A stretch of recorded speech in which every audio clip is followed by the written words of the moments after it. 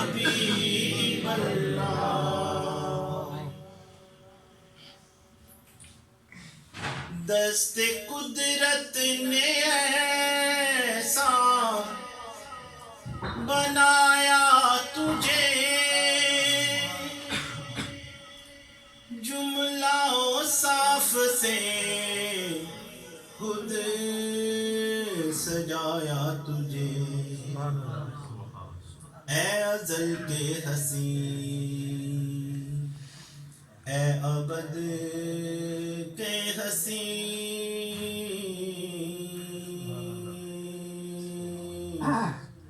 آقا تجھ سا کوئی نہیں تجھ سا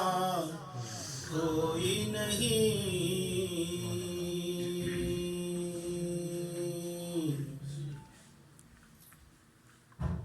بزم کونین پہلے سجائی گئی پھر تیری ذات منظر پہ لائی گئی بزم کونین پہلے سجائی گئی پھر تیری ذات منظر پہ لائی گئی سید الاولین آقا سید الاولین سید الآخرین تجھ سا کوئی نہیں تجھ سا کوئی نہیں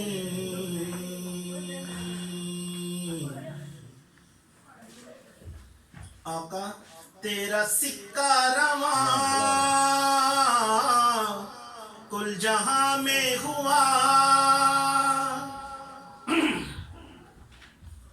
تیرا سکہ رواں کل جہاں میں ہوا اس زمین میں ہوا آسماں میں ہوا سبحان اللہ ماشاءاللہ کیا عرب کیا عجم سب ہے زیر نگین تجھ سا کوئی نہیں تجھ سا کوئی نہیں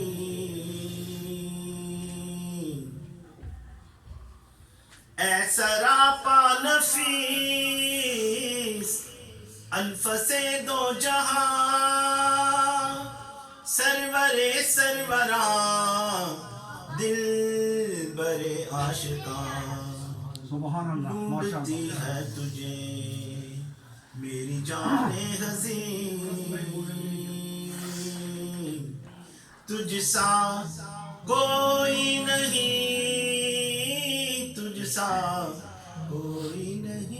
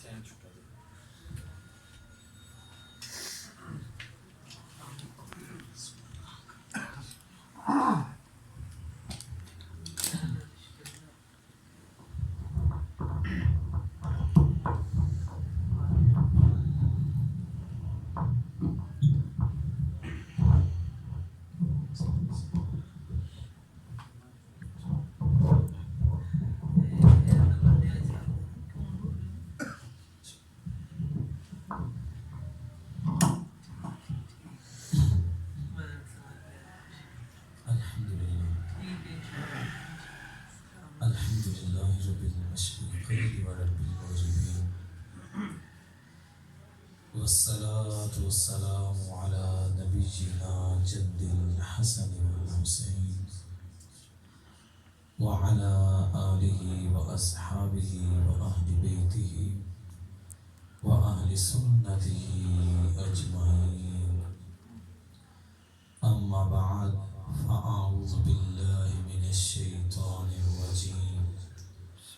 بسم اللہ الرحمن الرحیم وَلَسَوْفَ يُعْطِيكَ رَبُّكَ فَتَرْضَىٰ صدق اللہ العظیم وصدق رسولہ النبی الکریم الامین ان اللہ وملائکتہ یصلون علی النبی یا ایہا الذین آمنوا صلوا علیہ وسلموا تسلیما درود پاک پڑھ لیجیے الصلاۃ والسلام علیک یا رسول اللہ وعلی آلک واصحابک یا حبیب اللہ الصلاۃ والسلام علیک یا نبی اللہ وعلی آلک واصحابک یا رحمۃ للعالمین الصلاۃ والسلام علیک یا خاتم النبیین وعلی آلک واصحابک یا شفیع المسلمین کعبے کے بدر الدجا تم پہ کرو درود طیبہ کے شمس الضحیٰ تم پہ کرو درود دافعی جملہ بلا تم پہ کرو درود شافعی روز جزا تم پہ کرو درود دل کرو ٹھنڈا میرا وہ کفے پا چاند سا سینے پہ رکھ دو ذرا تم پہ کروڑوں درود ذات ہوئی انتہا وصف ہوئے لاجواب نام ہوا مصطفیٰ تم پہ کروڑوں درود تم سے جہاں کی حیات تم سے جہاں کا ثبات اصل سے ہے ذل بندہ تم پہ کروڑوں درود آپ بھی پڑھ سکتے ہیں آخر میں آگے نا تم پہ کروڑوں درود ذات ہوئی انتہا وصف ہوئے لاجواب نام ہوا مصطفیٰ تم پہ کروڑوں درود ہنستا ہوں اور تم معاذ بستا ہوں اور تم ملاذ آگے جو شاہ کی رضا تم پہ کروڑوں درود بے ہنر و بے تمیز کس کو ہوئے ہیں عزیز ایک تمہارے سوا تم پہ کروڑوں درود گرچہ ہیں بے حد قصور تم ہو عفو و غفور بخش دو جرم و خطا تم پہ کروڑوں درود آقا آس ہے نہ کوئی پاس ایک تمہاری ہے آس بس ہے یہی آسرا تم پہ کروڑوں درود تعلیم اعلیٰ کا عرش جس کفے پاکا ہے فرش آنکھوں پہ رکھ دو ذرا تم پہ کروڑوں درود سبحان اللہ ماشاء اللہ تعلیم اعلیٰ کا عرش جس کفے پاکا ہے فرش آنکھوں پہ رکھ دو ذرا تم پہ کروڑوں درود کہنے کو ہے عام و خاص ایک تم ہی ہو خلاص بند سے کر دو رہا تم پہ کروڑوں درود تم ہو شفائے مرض ہلکے خدا خود غرض آقا تم ہو شفائے مرض حلق خدا خود غرض یا رسول اللہ حلق کی حاجت بھی کیا تم پہ کروڑوں درود سبحان اللہ ماشاء اللہ تم نے باران بے فلک جیب جہاں کر کے شک نور کا ترکا کیا تم پہ کروڑوں درود نوبتے در ہے فلک خادم در ہے ملک تم ہو جہاں بادشاہ تم پہ کروڑوں درود غیسو و قد لام الف کر دو بلا منصرف سبحان لا اللہ کے ماشاء تہ اللہ تہ غلام تم پہ کروڑوں درود اور ایک طرف آدائے دین ایک طرف ہے خاص دین بندہ ہے تنہا شاہ تم پہ کروڑوں درود اپنے گناہ گار کو اپنے ہی دامن میں لو کون کرے یہ بلا تم پہ کروڑوں درود اور کام وہ لے لیجئے سبحان اللہ تم ماشاء کو اللہ جو راضی کرے ٹھیک ہونا میں رضا تم پہ کروڑوں درود پڑھ لیجیے صلاۃ والسلام علیک یا رسول اللہ وعلی آلک واصحابک یا حبیب اللہ الصلاۃ والسلام علیک یا نبی اللہ وعلی آلک واصحابک یا نور اللہ میں دل کے مریضوں کو عموماً ایک وظیفہ دیتا ہوں پڑھنے کے لیے وہ وظیفہ کوئی قرآن پاک کی آیت نہیں ہے بلکہ اعلیٰ حضرت کا یہ شعر ہے وہ اپنی جگہ ان کے فیض و برکات ہیں، لیکن جب دل گھبرا رہا ہو نا، دل پریشان ہو اور تیز ہارٹ بیٹ تیز ہو جائے تو پھر ان کو میں کہتا ہوں یار یہ شعر پڑھا کرو، دل کرو ٹھنڈا میرا، دل کرو ٹھنڈا میرا، مدینے کی طرف منہ کر کے نا، دل کرو ٹھنڈا میرا،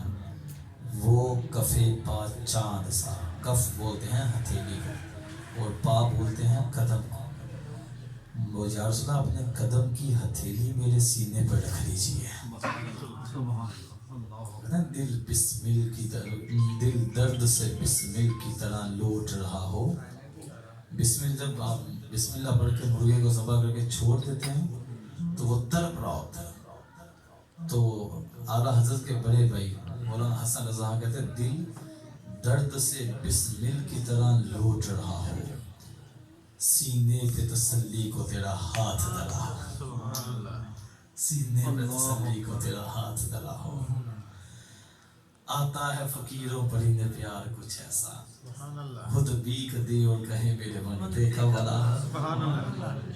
اور ڈھونڈا ہی کریں گے صدر محشر کے سپاہی، یا رسول اللہ وہ کس کو ملے جو تیرے دامن میں چھپا۔ میں نعت اس طرح پڑھتا ہوں، مجھے میری کوئی آواز اس طرح کی نہیں ہے، تو اکیلے بیٹھ کر بھی میرا کام یہی ہوتا ہے، کیونکہ وہ اپنا کنیکشن پکا ہو جائے نا تو پھر بندہ کہتا ہے کہ یار لب پہ نعت پاک کا نغمہ کل بھی تھا اور آج بھی ہے، میرے نبی سے میرا رشتہ کل بھی تھا اور آج بھی ہے، اور جس کا یہ رشتہ پکا ہو جائے نا یہاں پر تو پھر وہ یہ بھی کہتا ہے سنتے ہیں کہ محشر میں صرف ان کی رسائی ہے، میں ہوں نا مجھے کوئی کام ہو تو میں علی بھائی سے پوچھتا علی بھائی بشیر اسپتال میں کوئی ہے جاننے والا، تو کہتے ہیں ہاں جی ہے، کیوں نہیں ہے، میں کہتا پھر تو کام ہو گیا، پھر تو کام ہو گیا، کیونکہ جاننے والا آگے رشتہ داری تعلق داری نکل آئی ہے، تو ہم غریبوں کی محشر میں سلام دعا جہاں ماں بھی چھوڑ جائے گی، باپ بھی چھوڑ جائیں گے، رشتہ دار چھوڑ جائیں گے، تو اعلیٰ حضرت نے جب یہ سارے معاملہ دیکھے نا تو آپ کہنے لگے سنتے ہیں کہ محشر میں صرف ان کی رسائی ہے، یا رسول اللہ آپ کی، اچھا اگر ان کی رسائی ہے، ان کا تو میں میلاد بھی مناتا رہا ہوں، ان کی تو میں نعتیں پڑھتا رہا ہوں، ان کے لیے تو میں ساری زندگی گزار کے آیا ہوں، آقا آقا کرتا رہا ہوں، لبیک یا رسول اللہ کہتا رہا ہوں، سرکار کو پکارتا ہوں، اچھا اگر ان کی رسائی ہے نا تو جب تو بات بن آئی ہے، تو وہ قبر کی نیند سے اٹھنا کوئی آسان نہ تھا، اللہ اکبر، قبر کی نیند سے اٹھنا کوئی آسان نہ تھا، ہم تو محشر میں انہیں دیکھنے آئے، قربان جاوا، ہم تو محشر میں دیکھنی ہے، تو محشر لگایا کیوں گیا ہے؟ کیا بات کیا بات، کیوں میدان محشر سجایا گیا؟ واہ واہ، وجہ کیا ہے؟ ایک بندہ میلاد کا منکر تھا، اس نے دیکھا مولانا صاحب نبی پاک صلی اللہ علیہ وسلم کی شانیں بیان کرتے ہیں، تو شیطان وسوسے ڈالتا ہے دلوں میں، تو ہم اپنی محفل میں ان کا نام لے کر کے محفل کا رنگ خراب نہیں کرنا چاہتے، ہم تو آقا کی محبت میں بیٹھے ہوئے ہیں، تو جہاں میٹھا ہو وہاں کھٹا کیوں ڈالیں، کیوں ڈالیں، تو ہم سرکار کی ذکر کرتے ہیں، اس میں بڑا مزہ ہے، پوری رات بلکہ کئی دنوں تک اس کا جو ہے نا وہ مزہ جاتا نہیں ہے، تو وہ مولانا صاحب سے کہنے لگا یار تم کہتے ہو آپ کو یہ بھی اختیار ہے، نبی پاک صلی اللہ علیہ وسلم کو یہ بھی ہے، شفاعت بھی ہے، یہ سب کچھ، تو یہ کیا ماجرا ہے؟ مولانا صاحب کہتے ہیں مجھے بتاؤ میدان محشر جو ہے قیامت کیوں برپا کی جائے؟ وہ کہتے ہیں یہ حساب کتاب کے لیے، اللہ تعالیٰ حساب کتاب لے گا سب سے، یہ کس کا فراڈ کیا، کس کے ساتھ دھوکہ کیا،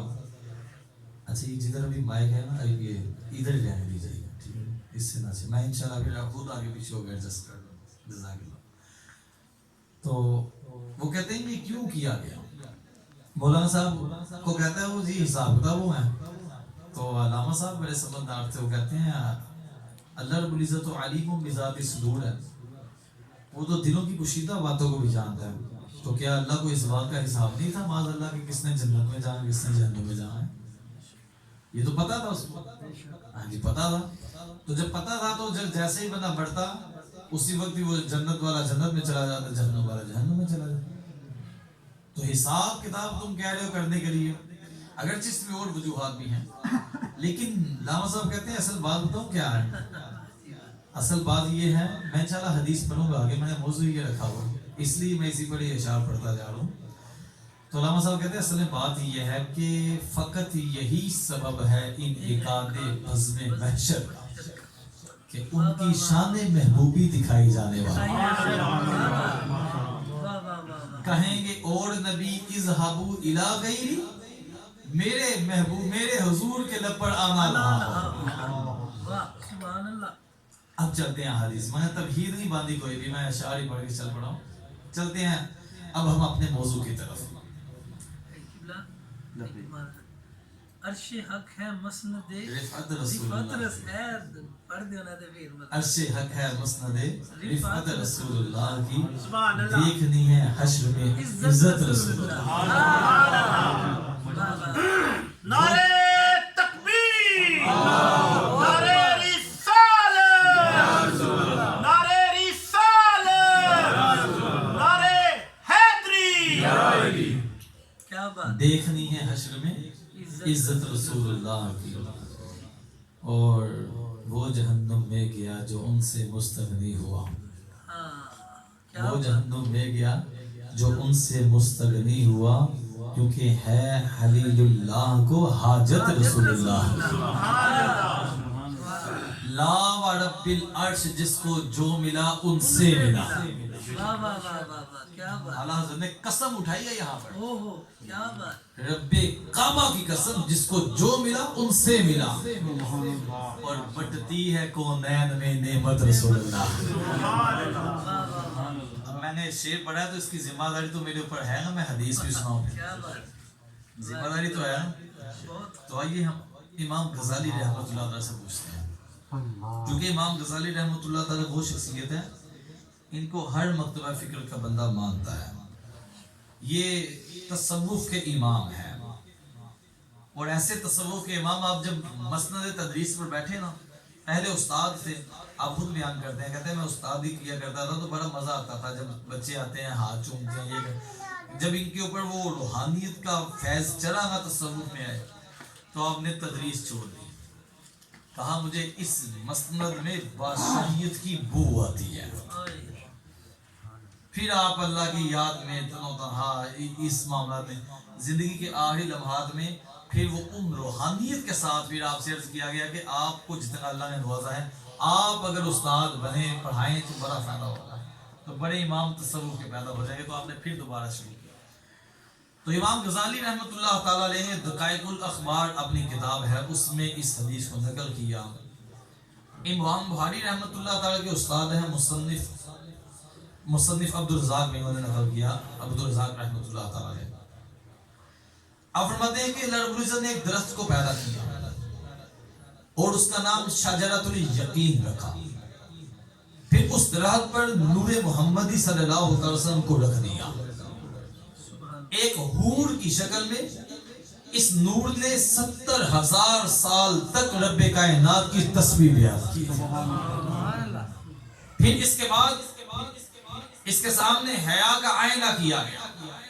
تو اس نور کو رب کائنات سے حیا آئی، اس نے 5 سجدے کیے، جو کہ بعد میں امت پر 5 نمازوں کی صورت میں فرض کر دیے۔ پھر اس کے بعد رب کائنات نے اس نور کی طرف نظر کرم فرمائی،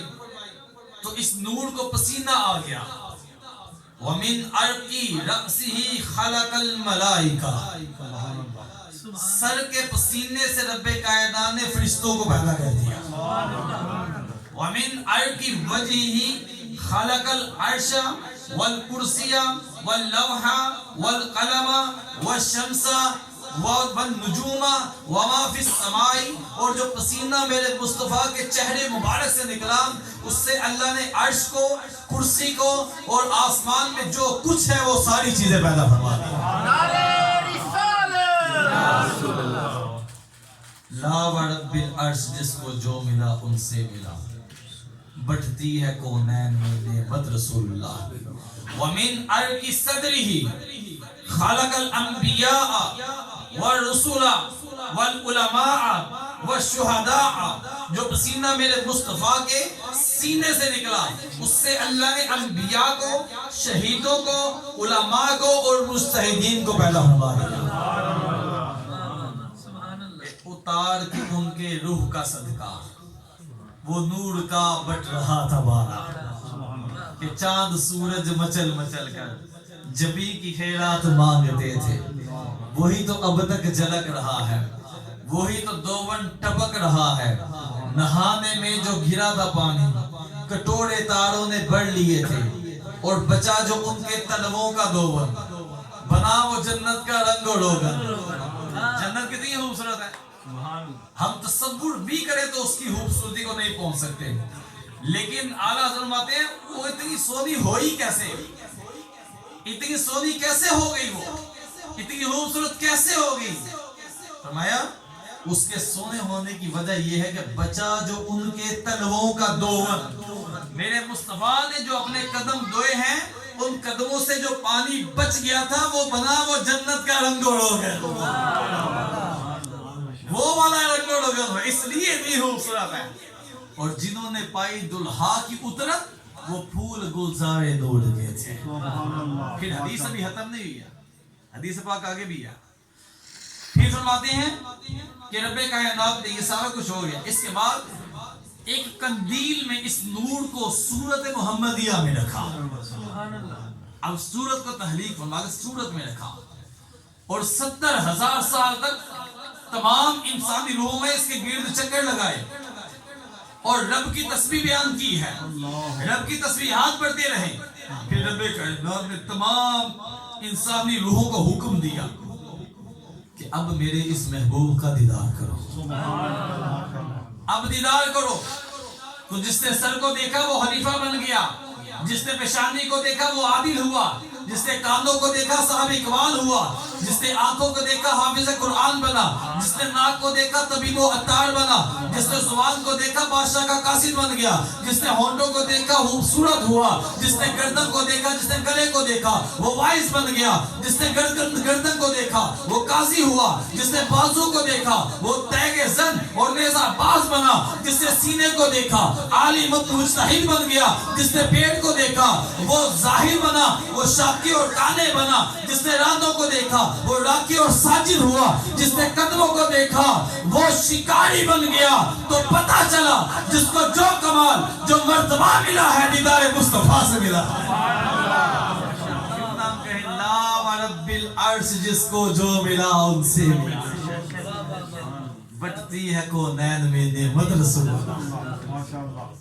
تو اس لیے وہ مجھے چھیڑ دیا، میں نے پوچھ کیا کہ میں کیا چلو میں حدیث سنائی دوں. تو آئے ہم عرش حق ہے مسند رفعت رسول اللہ کی، دیکھنی ہے حشر میں عزت رسول اللہ کی. آج تو کہتا ہے نا ایسے عزت کرو جیسے بڑے بھائی کی کرتے ہیں. میں بڑے بھائی کو تو کوئی جگہ نہیں دیتا، لوگ جائیداد کے لیے قتل کرتے تھے. مولا علی رضی اللہ تعالیٰ عنہ کو رسول اللہ صلی اللہ علیہ وسلم مواخات جب فرمائی تو نبی پاک صلی اللہ علیہ وسلم نے انصار اور مہاجرین کو بھائی بھائی بنایا. تو ایک اور بھائی چارہ قائم کیا تھا جہاں سارے انصار کو ایک دوسرے کا بھائی بھائی بنایا، سارے مہاجرین کو بنایا. جس نے مہاجرین کو بھائی بھائی بنایا کہا ابوبکر تم عمر کے بھائی بن جاؤ، ابوبکر تم عمر کے بھائی بن جاؤ. یوں کر کے آپ نے بھائی مہاجرین کو بنایا. تو آقا بھی ہجرت کر کے آئے تھے، حضرت علی بھی ہجرت کر کے آئے تھے. تو حضرت علی اکیلے رہ گئے. عرض کی یا رسول اللہ آپ نے مجھے کسی کا بھائی نہیں بنایا. تو میں علی تو میرا دنیا اور آخرت دونوں جگہ بھائی ہے، علی تو میرا دنیا میں بھائی ہے آخرت. لیکن خدا کی قسم کبھی حضرت علی نے نبی پاک صلی اللہ علیہ وسلم کو یا اخی کہہ کر نہیں پکارا. جب بھی پکارا یا رسول اللہ یا حبیب اللہ یہی کہہ کر پکارا ہے. وہ جانتے تھے اس در کے آداب کو، جانتے تھے اس در کے آداب کو. تو نبی پاک صلی اللہ تعالی علیہ وسلم قیامت والے دن شفاعت فرمائیں گے. یہ میرا موضوع کا جو ہے مدعا ہے. اور شفاعت نبی پاک صلی اللہ علیہ وسلم شفاعت کبریٰ بھی فرمائیں گے اور دوسری شفاعت بھی فرمائیں گے. شفاعت کبریٰ کسے کہتے ہیں؟ وَلَسَوْفَ يُعْطِيكَ رَبُّكَ فَتَرْضَىٰ، اے محبوب آپ کا رب آپ کو اتنا عطا کرے گا کہ آپ راضی ہو جائیں گے. یہ قرآن پاک ہے. پھر جب یہ آیت نازل ہوئی نا، کبھی تفسیر پڑھ کے دیکھیں تو میرے آقا صلی اللہ علیہ وسلم فرمانے لگے، عرض کی مولا میں اس وقت تک راضی نہیں ہوں گا جب تک میرا ایک بھی امتی جہنم میں ہوا. آقا کو وعدہ کر لیا کہ ہم تمہیں راضی کر دیں گے محبوب، اور سرکار کیا فرما رہے، ایک بھی امتی جہنم میں ہو راضی نہیں ہوں گا. تو ثابت کیا ہوا، نبی پاک صلی اللہ تعالی وسلم کا کوئی بھی امتی ہمیشہ کے لیے جہنم میں نہیں رہے گا، وہ جنت میں آ ہی جائے گا. لیکن بیان کو آگے لے جانے سے پہلے ایک مسئلہ، احباب دانشور بیٹھے ہوئے ہیں، سمجھدار ہیں، یہ سوچ کر کوئی گناہ نہ کرے کہ میری شفاعت سرکار نے کرنی ہے تو میں گناہ کرتے جاتا ہوں کہ میں جہنم میں جاؤں گا تو پھر واپس آئے جانا ہے. اگر یہ سوچ کر کیا تو اسی وقت کافر ہو جائے. اللہ کے عذاب کو ہم ایک سیکنڈ کے کروڑویں حصے کے برابر بھی نہیں برداشت کر سکتے. ٹھیک ہے؟ ہاں، امید بھی ہو اور ڈر بھی ہو، اس کے درمیانی کیفیت رکھے. امید بھی پکا رکھے، یقین رکھے، اور ساتھ ڈر بھی ہو، تو پھر اپنے معاملات کو چلائیں. تو نبی پاک صلی اللہ علیہ وسلم شفاعت فرمائیں گے، شافع امم ہیں، امتوں کی بھی شفاعت کریں گے. اور ہمارا یہ نظریہ ہے کہ نبی پاک صلی اللہ علیہ وسلم کی شفاعت سے گناہگار بخشے جائیں گے. نیک تو ویسے بخشے جائیں گے اللہ کے فضل و کرم سے، گناہگاروں پر جب لطف آپ کا ہوگا. اعلیٰ حضرت بھائی کہتے ہیں گناہگار پر یا رسول اللہ جب لطف آپ کا ہوگا، کیا بغیر کیا بے کیا بھی کیا ہوگا. نہیں سمجھ آئی؟ کیا بات ہے. جب دیکھیں گا نا گناہگار بخشے جا رہے ہیں تو سرکار دو عالم صلی اللہ علیہ وسلم ان کو شفقت دے رہے ہیں، پیار محبت دے رہے ہیں. تو اتنا پیار، اتنی شفقت میدان محشر میں جب لوگ دیکھیں گے نا، تو جس نے نہیں بھی کیا ہوگا نا وہ بھی آ کہے گا یا رسول اللہ میں نے بھی کیا ہے، مجھ کو بھی دستے کرا فرما رہے ہیں. کیا بغیر کیا بے کیا کیا ہوگا. یہ ہے کسی کی بیڑیاں وہ کاٹتے ہوں گے اور کوئی اسیر غم ان کو پکارتا ہوگا. کسی کو لے کے چلیں گے فرشتے سوئے جہنم اور وہ مڑ مڑ کر ان کا راستہ تک رہا ہوگا کہ آقا مجھے بھی روک لیتے ہیں، ابھی مجھے بچا لیتے ہیں. تو یہ شان ہے میرے آقا صلی اللہ علیہ وسلم کی. تو حدیث پاک میں فرمایا گیا، اس کا خلاصہ اعلیٰ سے نے کیا، کہیں گے اور نبی اذهبوا الی غیری، میرے حضور کے لب پر آنا رہا ہوگا. یہ حدیث پاک ہے، اس کا خلاصہ بیان کرنے لگا ہوں. قیامت والے دن جب قیامت قائم ہوگی تو رب کائنات حساب کتاب نہیں شروع فرما رہا ہوگا. حساب آج میں